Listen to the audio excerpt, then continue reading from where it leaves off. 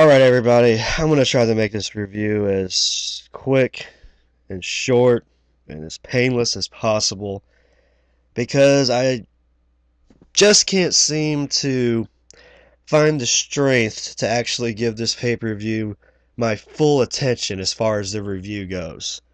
I was kind of pissed off from the beginning of the show, and that first whole hour of the pay-per-view was complete and utter fucking garbage. Sheamus and Daniel Bryan, the World Heavyweight Championship match, opens the pay-per-view. Yet again, just like last year. You mean to tell me that the Royal Rumble winner, the guy that gets a main event match at WrestleMania for his choice of title, you mean to tell me that that is an opening match? Since when does a main event match classify as the opening fucking match? It should never. Okay, there are plenty of other matches that could have started this show. For instance, Kane and Randy Orton, Cody Rhodes and The Big Show. Hell, Team Teddy versus Team Johnny. But no. But you want to know what makes this match even fucking worse? It's the fact that it was a squash match. 18 seconds. It took Sheamus 18 seconds to destroy Daniel Bryan with the big bro kick, the 1-2-3, and that was it. I mean, I had a bad taste in my mouth for this pay-per-view right after that. I just could not believe that that's how they choose to start their show. Anyways, I can't even really rate that match. I mean, it was 18 seconds worth of nothing. Anyways, we go to Kane and Randy Orton. I was thinking Randy Orton was going to get the win because that's usually how the WWE rolls. But guess what? They surprised me a little bit. Kane actually got the win. He got the win with a pretty nice choke slam from the second rope. And for the most part, this match actually got a little bit of time. Some decent time for that matter. Some nice near falls, back and forth action, and Kane gets a win. I gotta say, that was a good match. I would have much rather have seen that open the pay-per-view than that World Heavyweight Championship piece of shit match. That's all I gotta say. But next, we had the Intercontinental Championship match. Cody Rhodes and the Big Show. The Big Show gets the win. I shouldn't be too pissed off. But what pisses me off the most about this win is the fact that the Big Show's finishing move, the WMD, which is a closed fist finisher. I mean, last time I checked, closed fist were banned. They were against the rules in wrestling. They are subjected to DQs. But not this move. He can close up that big ass fist of his and just level people out, and it's no big deal. But the only shining light in this match is the fact that now, hopefully, Cody Rhodes can get a push to that main event level. Maybe he can start going for that World Heavyweight Championship. Hopefully, that will be the case. You know what, Big Show? You can take that Intercontinental title, you can shine it up real nice, turn it sideways, and shove it straight up your fat fucking ass. Next, a Divas tag team match. Beth Phoenix and Eve against Kelly Kelly and Maria Menounos. This went just the way I thought it would, but it lasted a whole lot longer than I expected. Got 7 minutes. Not too bad. you know, they could have gave the World Heavyweight Championship match a little bit more time, but I guess they needed that extra time for the Divas tag team match, because they had to have enough time for Maria Menounos to shit her pants and or rag all of a sudden. I don't know what the hell was going on. This should teach you a lesson, Maria Menounos. Never wear white pants in a wrestling match, because at the end of the match, it looked like you tried to pass some gas, but guess what? You passed a little bit more than gas, my friend. Haha, surely I'm only joking. But you know what? It sure as hell didn't look good in that match, that's for damn sure. Anyways, Kelly Kelly, Maria Menounos, they are the winners. And guess what? There is half the pay-per-view.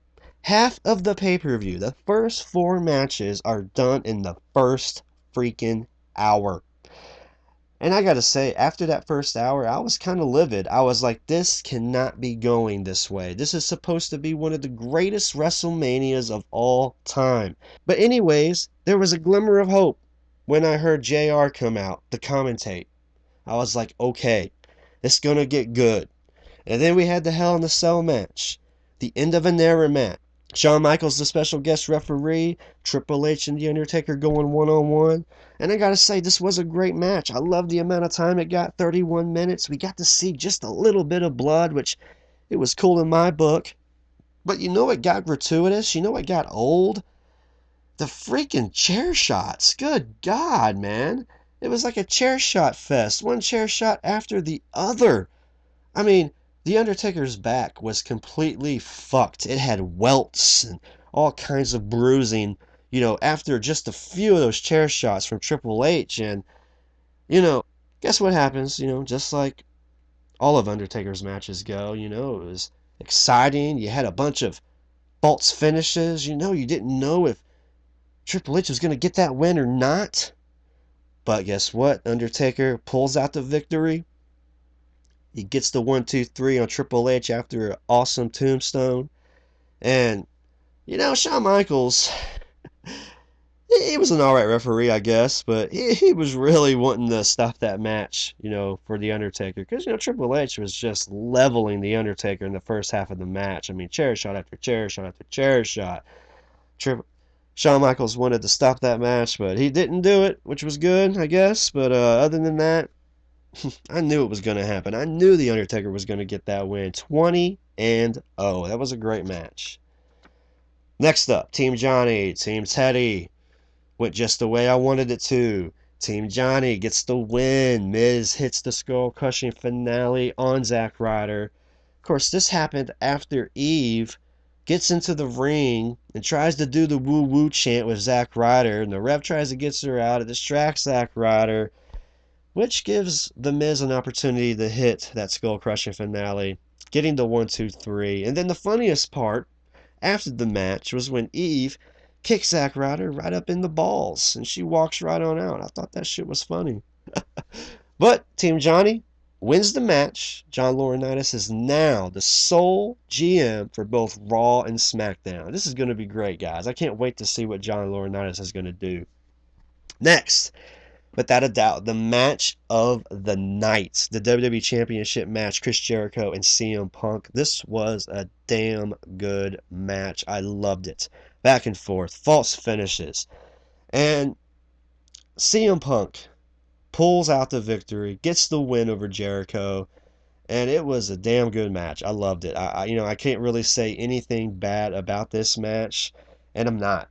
It was just too good. It could have went on last. This should have been the main event, but it wasn't. And next comes out Brodus Clay, and I'm thinking, Jesus, did they just throw together a match at WrestleMania? I sure as hell hope not. Brodus Clay comes out, and he's got a microphone. His music's playing, and then he tells everyone to pull out their cell phones and call their mama, and all of a sudden, some woman dressed up as his mom is coming out, shaking her ass, and then all of a sudden, there's a whole bunch of them. There's like 1,000 Brodus Clay mamas all on the stage dancing around. It was fucking horrible. Fucking horrible. I did not want to see that shit. Anyways, we finally get to the main event. John Cena versus The Rock. Well, this is supposed to be once in a lifetime. And I certainly hope that it is once in a lifetime, because once in a lifetime means one fucking time. So we get to the match, and it was a great match. 30 minutes long, great amount of time. These guys went back and forth, and it was a damn good match. I was hoping Cena would get the win, because to me, that's the only thing that made sense. The Rock, I grew up with the Attitude Era. I was there, I lived it. I saw The Rock in his greatness. And he stepped away. John Cena filled his spot. He's been there every day. I was thinking, this has to be some kind of passing of the torch. But it sure as fuck wasn't. The hometown boy gets the win. The Rock wins with the rock bottom. John Cena Gets a little cocky. He's like, I'm gonna give The Rock the people's elbow. No, so he sets him up for it. As he's crisscrossing the ropes, of course The Rock nips up, catches him in the rock bottom. 1, 2, 3. Match is over. And I gotta say, you know, there were 3 matches on this card that were totally worth a shit. They really were.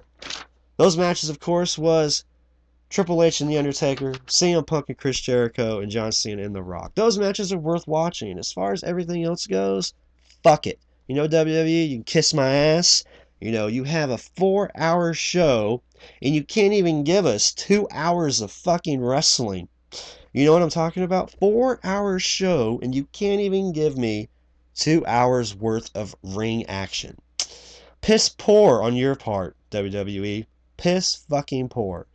You know, this pay-per-view, it's bordering on the line of okay and good. That's about it. And one last thing before I close this review. MGK and Flo Rida, yeah, you guys both suck dick. And while you're at it, why don't you get on these balls and suck them? Yeah, I don't need a fucking rock and rap concert when I'm watching wrestling. Yeah, you know what? That's it for now. Let me know your thoughts in the comments below. What'd you like? What'd you dislike about WrestleMania? This is Gold Izzy.